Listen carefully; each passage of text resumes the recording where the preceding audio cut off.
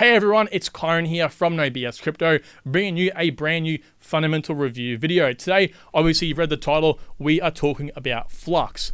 Now, if you haven't seen part 1, go ahead and click up here right now because I gave that video its own rating out of 10, and that's where I pretty much gave an overview of the network, okay? You could call it technical details, whereas this video will be on the fundamentals specifically. So if you don't know already, technicals are kind of like the foundation of a project. It's the protocol itself. If there's cracks in that, it's going to show you long-term. Likewise, fundamentals is more short-term and also does play into the long-term. It's pretty much just like marketing, okay? If you can sell ice to Eskimos, that's going to be great, okay? But how's the long-term going to look, all right? That's sort of what the fundamentals do. Whereas the technicals sort of keep the project alive for a long period. Now, in saying that today is going to be about 11 slides of content. Normally, I like to keep it at 10 slides, but 3 of which are always going to be the same in every single one of these videos. And you might have guessed it, it's the information behind me. Number 1 is the brand. Number 2, as you can see at the bottom of your screen, it's the price prediction and overall opinion at the very end of the video, okay? So in saying that, let's kick things right off with the brand, okay? So it's the name, it's the logo, the name, and the ticker. Okay, so what is Flux, right? Well, it's very, very important we look at this because if you take a look at a project like, Apple, for example, right, it's very, very inviting. It's a household name. People want to buy an Apple product and you don't really care about the specs. I mean, they could come in with a new product every single year. Doesn't matter how insignificant the upgrade from the previous year is, you're going to be more inclined to buy it because of the brand, okay? Same thing in this case. I actually had a supporter of mine recently reach out to me and he said, Kyron, ever since Elron changed to Multiverse X, I've been more inclined to actually sell some tokens because he didn't necessarily align with the new brand, okay? And that's why it's so important, okay? If Multiverse X was Multiverse X from the get-go, maybe he wouldn't have never invested in the project. So, again, it's very, very inviting. People used to give me a bit of crap for it, but I think it's very important when you're looking at a project at face value, okay? Now, in saying that again, ticker is Flux, name is Flux, and the logo, I've got to give it a big tick. It's nice, easy, and very, very simple. All right, people, next we have the meme, Memetics. What is Memetics? Well, it's pretty much how fast something can propagate. All right, for example, just like a meme you find on the internet, all right? How many times have you looked at a meme and gone, that's funny, I'm going to send it to a friend. And then they send it to 2 of their friends. And then they send it to more of their friends. And then there's this network grows very, very quickly. It's actually the fastest way to spread information, propagate things, and that's just gossip and gossip, okay? So this is actually what a lot of crypto projects actually implement into the protocol itself to spread messages throughout the network, okay? So what we're looking at here is, what is it about Flux that's going to make people go, holy crap, and then send it to their friend, and then their friend go, holy crap, and send it to more of their friends? Well, in this case, I believe it's the decentralized cloud infrastructure. And actually at that, it's more specifically the double the rewards thing with the parallel assets. You're pretty much effectively, well, not right now. Right now it's only 7 parallel assets, but when there is 10, you will effectively, or you will double your reward every time you get a block reward, for example, or you're first in the queue, okay? So in this case, this more so applies to the 90%, what I call dumb money, okay? Degens. Now, chances are, if you're watching this video in 2023 or 2022, well, you can't watch it in 2022, what am I talking about? You are the smart money, okay? You're people that are in crypto through the bear market, through the trials and tribulations, and you're here for the long run, okay? That's the high chance of it. But dumb money looks at things like, oh, does it have a burn mechanism? This is why projects that have they're completely meme projects, like your Dogecoins, for example. That's why they've blown up so much, is because people get behind the idea of, wow, quick money, invest, and boom, it goes up. Right? There's no substance behind it. So in this case, those 2 aspects, the decentralized cloud infrastructure and the sort of double the rewards, is pretty appealing to the dumb money, which is why I think the Memetics is really good. I'm going to give it a 10 out of 10. However, I must say, in my opinion, if we're coming at this from the smart money angle, it's not that good, okay? So I'm not going to change my rating. It is a 10 out of 10, but in terms of smart money, I look at something like that, okay, the rewards, and go, that's not good. Because essentially what's happening is you're receiving, let's just say 100 tokens that are fragmented. So you're receiving 50 on native Flux and 50 spread across 10 parallel asset chains. And again, it's not 50 in each chain, it's 1/10 of that. So it's just fragmented rewards. It's fragmented against 11 different networks. And you have to actually pay a fee to the Fusion Bridge every time you're going to claim a reward on that. So personally, I don't like it. Personally, okay? And that's a pretty objective point of view, I feel, for a smart money person. Dumb money is going to see double rewards. Wow.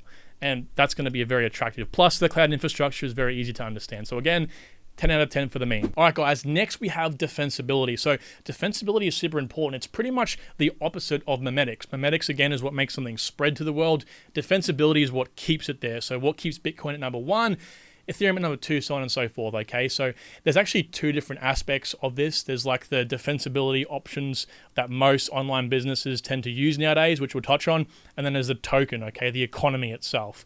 So pretty much the 4 different types of defensibility options that, online businesses tend to use nowadays, and that's, Web 2 and Web 3, it doesn't matter, is network effects, embedding, brand, and scale. So I touch on these a lot in other videos, my full breakdown videos, but I'll go over them regardless. So network effects is what benefit do I have from joining a service? So will me joining a service actually benefit me? And from me joining that service, will that also help other people want to join that service? So will it improve the service, okay? And this should typically happen without the project itself manually having to make any changes. So that's the most important. Network effects is the hardest to implement. It takes the longest. You tend to find that projects that tend to go for network effects see results like this, and then after a long period of time, it just goes exponential, okay? So it does take a long time to build up, but once you get there, results are insane. The next is embedding, okay? So embedding is another really, really good one. Prime example is, matter of fact, prime example is Flux, but we'll use Chainlink for an example. So Chainlink, obviously, people need to use the Oracle service of Chainlink, also its APIs, okay? So if Chainlink was suddenly ripped out of the market and all these projects couldn't use it, a lot of projects would suffer, okay? And that's why embedding is super important, because it pretty much creates a service that projects need, and without it, they're not going to do very well. The next is scale. So scale and brand actually kind of work hand in hand, because they're kind of what happens after you kind of make it, if you will. Okay, so scale is like, additional partnerships.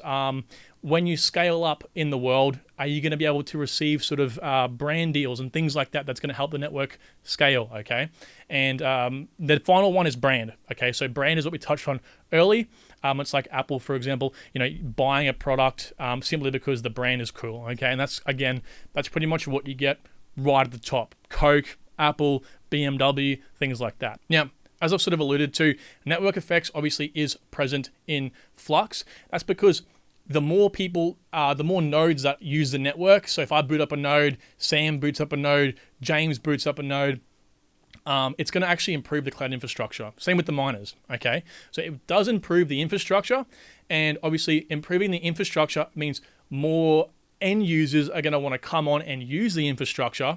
So the more pretty much people that come on and use the infrastructure, the more nodes are incentivized to join as well. So every single node adds to the network, and that further on actually makes it more appealing to the end user, okay? So network effects, obviously there's a lot more substance within network effects. If you've seen or know about network effects, you'll understand what I mean by that. But that's kind of like the general idea. So definitely present in Flux. Next is embedding, okay? So embedding, again, is like Chainlink, all right? So it does embed because, in my opinion, pretty much Flux is a decentralized cloud infrastructure. So obviously, it's an infrastructure service, so people and products and entities are going to need to use that infrastructure, okay, to power their services or to file things in the, through IPFS and things like that. So if you kind of withdraw Flux out of a lot of these projects, they're going to fail, okay? And that's kind of like the counterclockwise I touched on in my first video. If Flux does fail, for example, if the economy kind of fails on Flux and it shuts down for whatever reason, then a lot of projects, Web 2, Web 3 alike, are going to actually suffer because they're relying on Flux. But nevertheless, it's good that they rely on Flux because that's a part of embedding, okay? Next, we have scale. So obviously, scale and brand. I don't really like talking about these because they're like quite obvious, right? Brand, Flux does hit the nail on the head for brand because it's appealing, as we touched on, so I'm not going to go into any more of that. And scale, obviously, we're going to see with the partnerships in just a minute. Lots of partnerships have been coming to fruition for Flux. Lots of big name partnerships. So that gives me all the more reason to say that scale is also evident in Flux as well. So again, guys, if I'm going to rate that out of 10, easily 10 out of 10. You can't fault it, okay? Now, the only other part of defensibility is the token, which we're going to touch on in just a minute, okay? And I'm not going to alter the rating on this for the token, okay?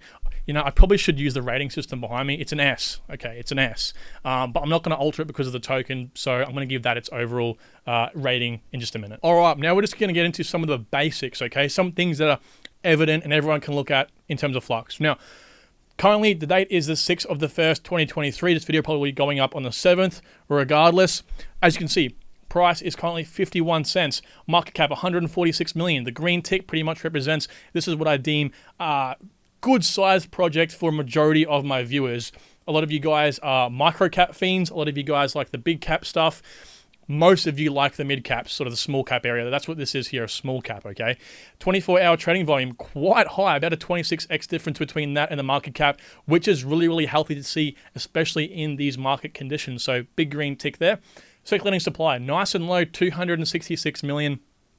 It's great for the whole supply-demand equilibrium, okay?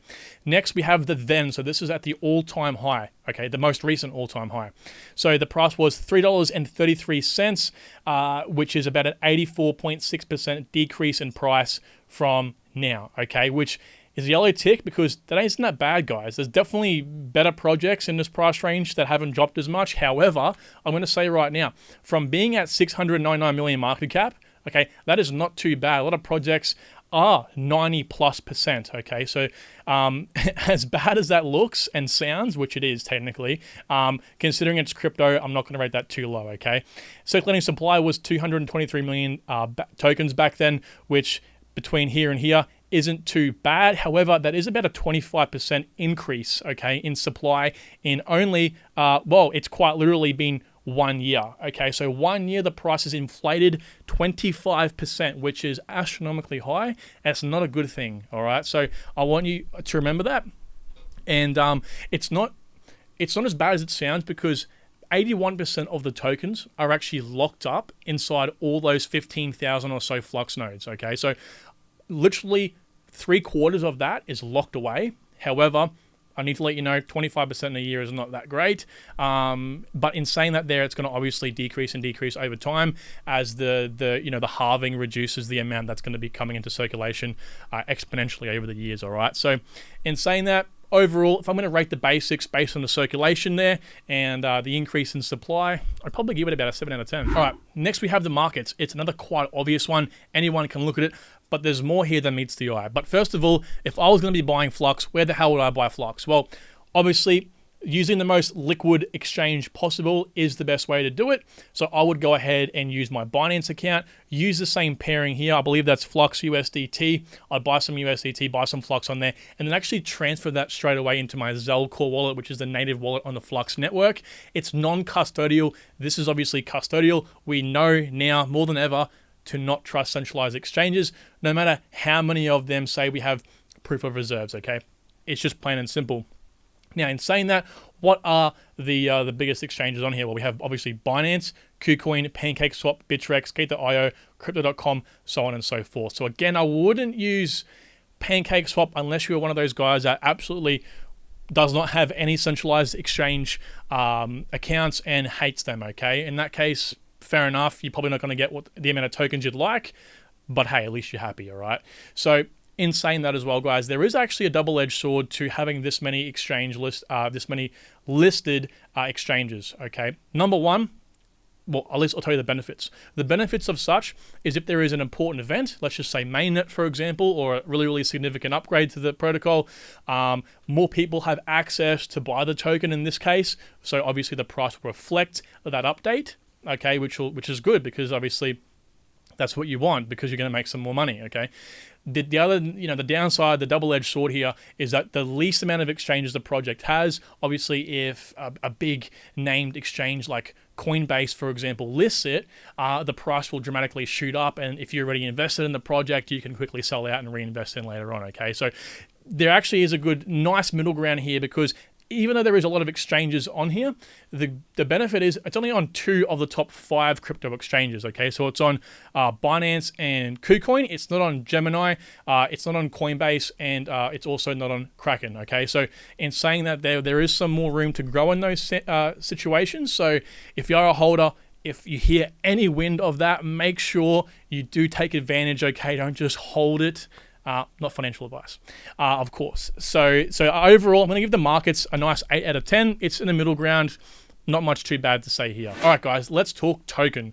So there's actually 3 specific, or at least main use cases right now for the token. And as I like to say, this does tend to grow with most projects over time, okay? So the first 3 are, obviously, number 1, it's used for incentive for miners and Flux nodes to actually contribute to the network. And number 2 is a means of payment, and this also includes dApps and other applications or projects using the Docker app. Okay, and then the third is used for bond for the Flux nodes. Okay, so as I said to you earlier in the video, about 81% of the Flux tokens are currently locked up or bonded in that use case. So it is a quite important use case, and I think Flux actually utilizes the whole bonding thing really, really well. Okay, so essentially in that way, it is like half POW and half POS, because that bond is slash if they do misbehave, okay? So in the way of uniqueness, I guess, for the defensibility aspect that I was speaking about earlier, in terms of the token, there isn't too much here. However, that third one, that bonding, really does hit home with Flux, okay? So I want you guys to remember that. There's not many, but that bonding mechanism is obviously very crucial for the network, okay? So it's kind of a bit of a bonus, I'm going to say, okay?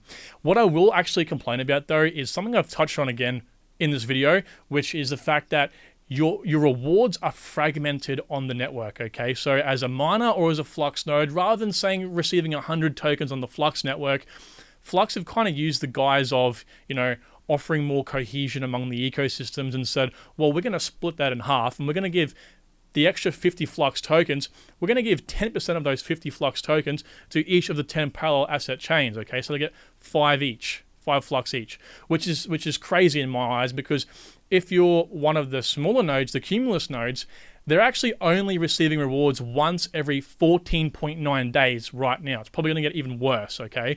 So twice a month, pretty much, you're receiving rewards, which is minimal. That actually works out, I've done the maths, that works out to be about 0.56 wrapped Flux per chain for every 15 days. So for 12 months, you'll actually accumulate 12 wrapped Flux on each chain. That's 12 months, guys. It's a whole year, okay? So I know these nodes don't really have that much in terms of there's not much bond, and there actually isn't many hardware requirements for these nodes. I understand that, so the rewards aren't going to be astronomical.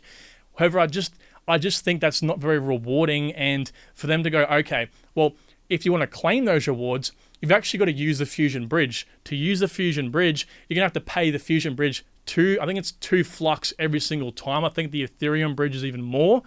And in saying that, then, if you actually want to bring them back to Flux, you have to then pay another fee on top of that, which is the smart contract fee, okay? So it's not like you're getting those 15 wrapped Flux over a 12-month period. It's probably going to be a lot less than that. And I just think I know it's like this guise under the whole, we're trying to grow all the ecosystems out. Yes, cool. Maybe some people will use, those tokens to provide liquidity for, liquidity pools.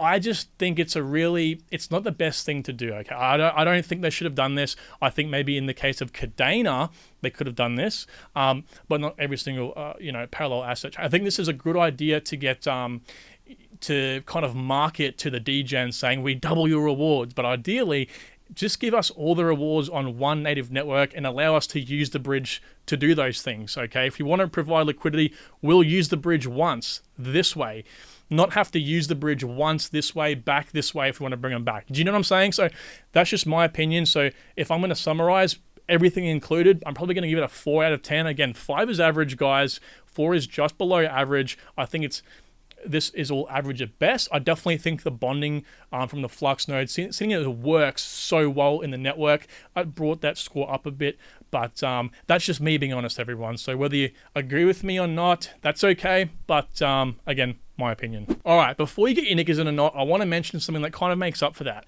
Now, it's some of the protocol-specific use cases, all right? Now, as we all know, the cloud infrastructure is a pretty big use case, and I'm not going to go into the cloud infrastructure service because I think anyone can take the centralized examples and just go, okay, well, let's just decentralize it, all right? So we're not going to do that. What I'm going to do is something that Flux have kind of somewhat recently sort of mentioned in their Medium page, and that's moving from the well-known proof of work to something called proof of useful work, okay? And this is going to allow the miners to actually be utilized a lot more rather than just, expending a lot of computational work for only one person to receive the block reward and to mine the block. They've gone, okay, well, everyone's expending all of this energy and computational power.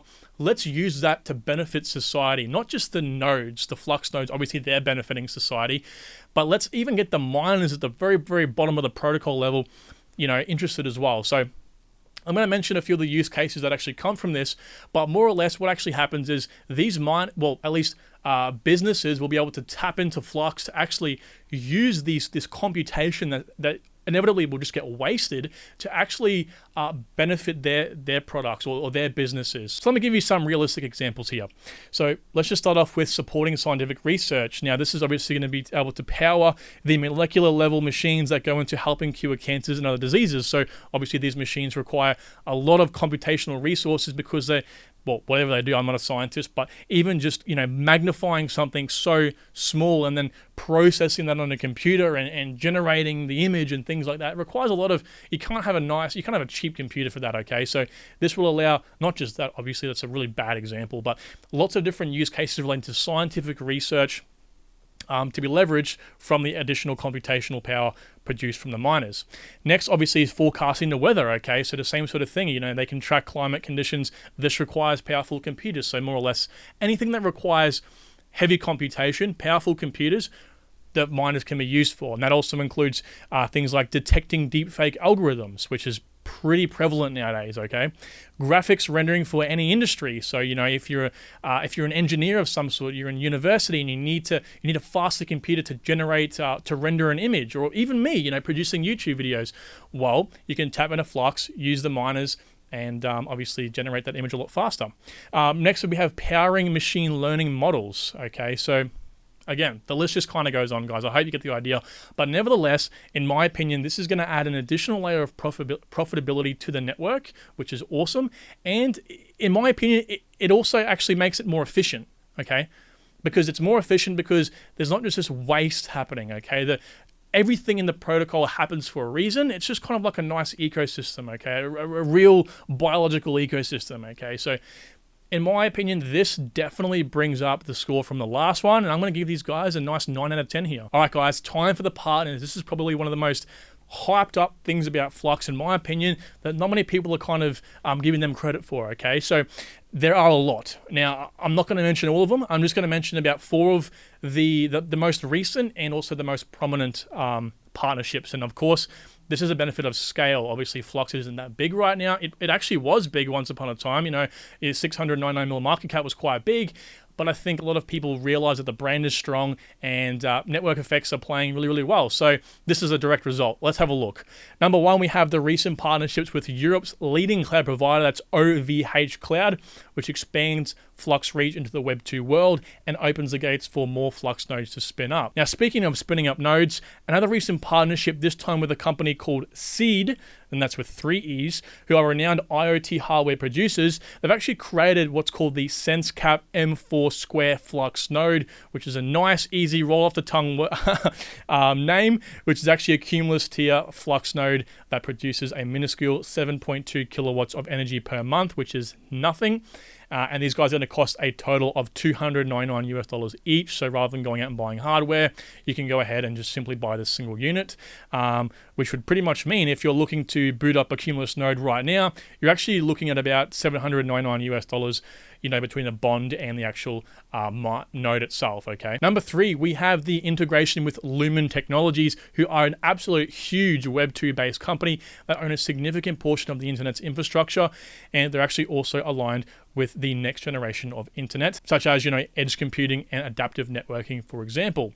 Now, partnering with Lumen Technologies, Flux actually plans to establish a new node called Titan that will allow any entity, including small to medium-sized businesses, to actually pool Flux tokens together and bond them, providing additional infrastructure support to the Flux OS through the means of the Lumen servers, which are absolutely scattered everywhere, and there's over 2,000. Now, these entities will be on a 6-month lease, which will mean their tokens will be bonded during that period, of course. And guys, this will ultimately lead to a far more expensive network and a whole host of additional possibilities for the actual cloud itself. And also, this is only but one of the possible integrations these two parties will share together, with definitely more on the horizon, at least from what I've read. All right, everyone, now I'm going to mention the last one, and that's a partnership with NVIDIA, and I don't really think NVIDIA needs any introduction at all. Now, the partnership is actually off the back of NVIDIA's Inception program that is designed to help tech startups essentially evolve faster by accessing everything NVIDIA has to offer, including their new technology, experts,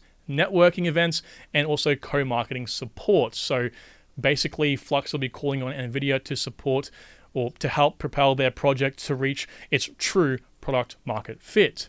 Now, overall, in my opinion, this is a really, really good sign for all Flux investors. It's actually awesome because NVIDIA, Lumen, and OVH Cloud are actually at the tip top of their own respective industries, which means future partnerships with other companies are definitely on the horizon. And again, guys, this is a direct result of scale, okay? The more partnerships that accrue, the more bigger partnerships will come in the future, okay? So overall, if I'm going to rate Flux out of 10 in terms of partnerships, again, by all means, easily a 10 out of 10. All right, people, let's check out the distribution. It's very important, okay, in any project.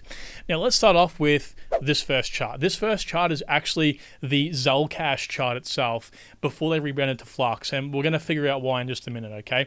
But essentially, there were 210 million max supply tokens here, with at the time of the rebranding, 125 million of those tokens, which you can see in green, actually being in the hands of people, the community, and about 85 million being unmined tokens, okay? So when they rebranded, these actually carried through. So the 125 million tokens that you can see represented by the green, they were actually given a 1-to-1 ratio back to all of the new holders of Flux, okay? So they honored that, which is great. However, as you can see on the new chart, it's a little bit funny because they increased the supply they pretty much doubled the supply, a little bit more actually. So the new supply, the actual official supply, max supply of Flux is 440 million tokens, okay? So those holders would have been instantly diluted. However, it's kind of like the best Flux could really do. I mean, they could have given them a 2-to-1 ratio or a 1-to-2 ratio, whatever that works out to be. However, that would have then meant giving, the community whatever that meant, 100 or 250 million tokens, okay? So it makes sense. And because it is a fair mined project, meaning all the tokens weren't like initially pre-mined, they didn't pre-mine 100 million tokens and then go, here, 10% to the investors, 10% to the team, 10% to the partners. It's all first come, first served basis, so it's nice and fair, okay? So that's how they did it, and in my opinion, that's okay, all right? It is what it is. Unfortunately for those holders, they lost a little bit of money there, okay, on that swap. But in saying that there, let's actually have a look now at the new distribution. So when they instantly hit the rebrand, what it actually looks like. So as you can see on screen now, the new supply jumped up to 440 million tokens. So that's the max supply that will ever be in circulation, and that is what's represented here. 286 million current circulating supply, so there is a little bit of a jump required there to hit the max supply of the tokens. However, the sort of emissions will kind of look quite steady. So because the block reward was 150, it is now 75, and in a month's time it'll reduce to about 37.5, which is still quite high. The emissions will look kind of like this. It's kind of started up here. It'll come up quite drastically, and over time it'll just tether off, kind of like Bitcoin, okay? So what that sort of means is, and what I've calculated is, we're not going to really see the circulating supply of Flux being at the max supply, the 440 million tokens, for quite a while, okay? Probably, I would say at least 35 years. At least I've calculated 35 years being approximately 14 halvings, and meaning that the price of, or the block reward of Flux will be about 0.0022 Flux per block reward. So I think anything past that there, it's quite insignificant, and possibly fees will be the main sort of, reason the network stays alive in that case, incentivization tool, okay? So with that being said, what we're looking at here, at least I'll list them off for you guys, because what we're looking at here is actually nothing's bad, in my opinion. Nothing is sort of flagging me as dangerous. It's all, again, fair mind. It's all very, very fair. So The big yellow section you can see on the side here is the swap supply. So the swap supply is just additional tokens for the Fusion bridge. Okay, so obviously to use the Fusion bridge to connect all the different assets, the parallel assets together, they need to have some supply there, okay? Next is the Zcash holders. Again, this is why we looked at those, the Zcash distribution to begin with, because again, these were one-to-one transferred over, and as you can see, they did dilute a little bit there as well. So next we have the outstanding supply. So obviously the unmined tokens from Zcash got carried across as well, 85 million tokens, so they were still unmined. This is at the time of the rebranding, okay? Now, in saying that there's actually split into two different aspects. The first one is rewards for the miners, so and the second one is rewards for the Flux nodes, okay? And they're about 42.5 million tokens each. So in saying that it's grouped into one, but it's actually two different sort of outstanding suppliers, okay? Next, we have exchange listings. Now, this is from the actual foundation itself. So the foundation, of course, need to be able to support exchange listings to give liquidity to these exchanges. So they've airdropped themselves a few tokens there, okay? And the same with the foundation, of course. The Flux Labs, the foundation, needs to be able to incentivize other projects to come on and build and grow the ecosystem and any other aspect they kind of want the protocol to sort of go into, it's going to be used in the foundation, okay? So they needed to give themselves some tokens. That's not worrying at all. It's all for the benefit of Flux at the end of the day. So overall, the distribution looks nice and healthy, and I have nothing to really say there, okay? Now, in saying that, one thing I wanted to mention to you guys was that technically, and some of you have pointed this out, technically, because there is the parallel asset chains, there actually needs to be a one-to-one ratio of the max supply of Flux, which is the 444 million, on each of the parallel asset chains. And this is kind of how Flux can sort of say, at least in some of their documents, they've actually gone out and mentioned that, you know, Flux is a native asset on all of these chains because it's like a citizen of all networks, because you can kind of transfer it immediately on any of them and have no liquidity issues.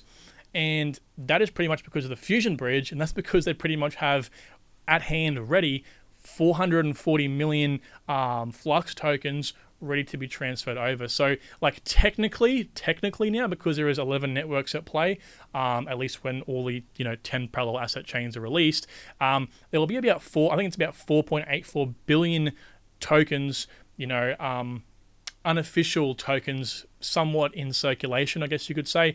However, I would actually argue, and Flux argues, that it's not in circulation, because the minute I'm on the Flux network and want to transfer one of my Flux tokens to the Binance Smart Chain, for example, I have to lock that asset up initially, and then it's airdropped over, and it won't be airdropped until it's locked. When it's locked, it's out of circulation. It's not in circulation, okay? Likewise, transfer it back over, transfer the Flux BSC back, it unlocks, and it locks. It makes sense, and I'm not going to mark them down for that. That just makes total and complete sense. I think possibly when they were bringing this up, when they were mentioning it in their white paper, it probably confused a lot of people, and everyone was it just doesn't look good. And I don't think Flux necessarily needed to mention this, but it's good and it's transparent that they have. But I just want to lay it to rest right now. There technically is, when they're all released, 4.84 billion tokens ready, but there will only ever be max supply of 440 million. And I guess you can kind of say this is a prime example of pretty much any other sort of token bridge that employs this sort of tactic, okay? If it's minting and it's burning, or if it's locking and it's unlocking, it's pretty much the same thing. I guess in that same regard, if Flux was ever hacked and all the assets were transferred on the Cadena network, which it can, because there's 440 million tokens ready to go on that network. So realistically, they can transfer the whole of the Flux tokens over to Cadena.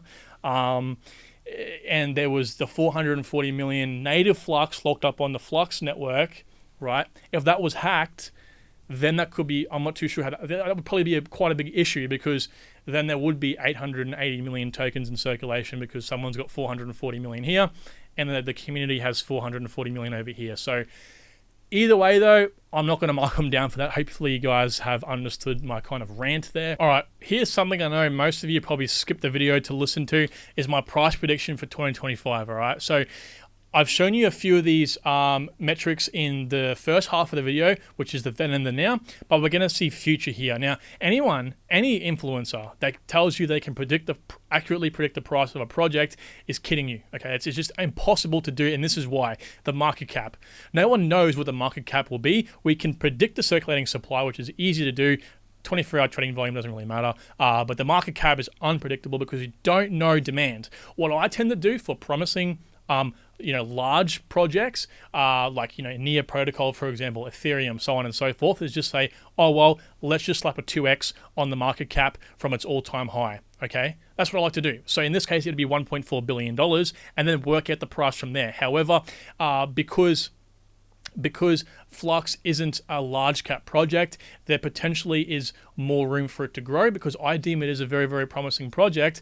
Therefore, I believe it can actually go well and truly above just a 2x from its all-time high, okay? So I actually believe it'll go about a 4x from its all-time high. At least this is me being conservative, okay? I'm not going to go out here and be like, it's going to be 100x from where it is now and blah, blah, blah. No, I'm going to be conservative to give you guys an understanding of what the price potentially should go to, at least kind of in the bottom to mid-range, okay? It definitely can go 100x, but this is so you're not kidding yourself, okay?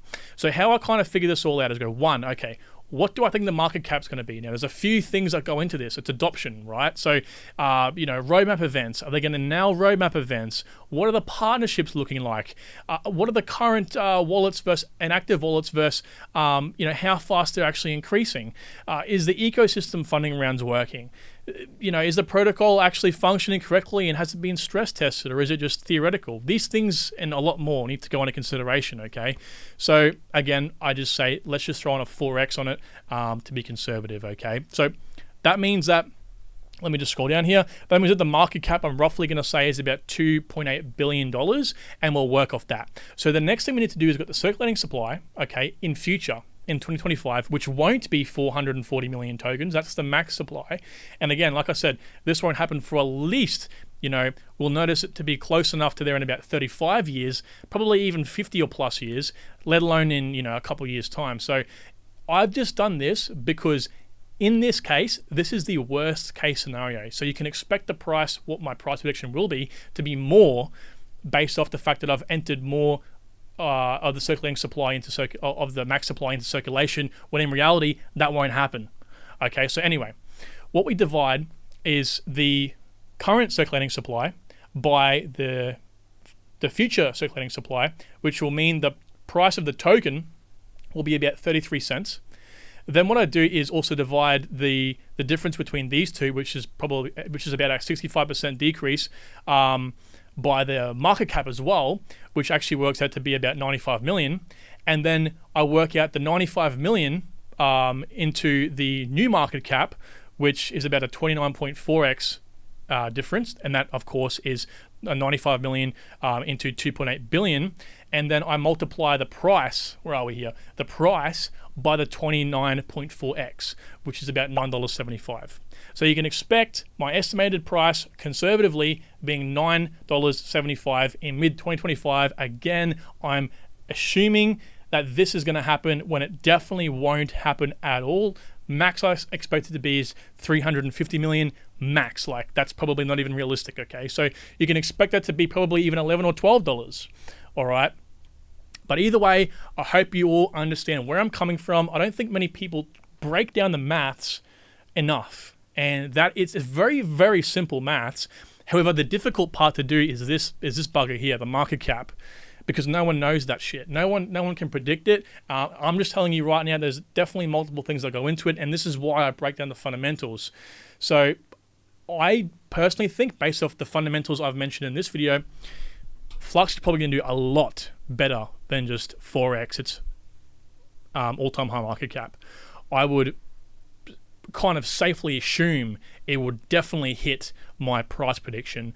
But again, stay conservative, guys. That way you're not left holding the bags, okay? All right, guys, now it is time for my overall opinion. Now, if we take into consideration some of the aspects we've spoken about in this video, such as the Memetics, which is really, really good, especially for attracting the degens. We're talking about some things like the token, which I'm not going to mark them down necessarily for, because a lot of the network is bonded, which means it is actually providing a fairly good use case there.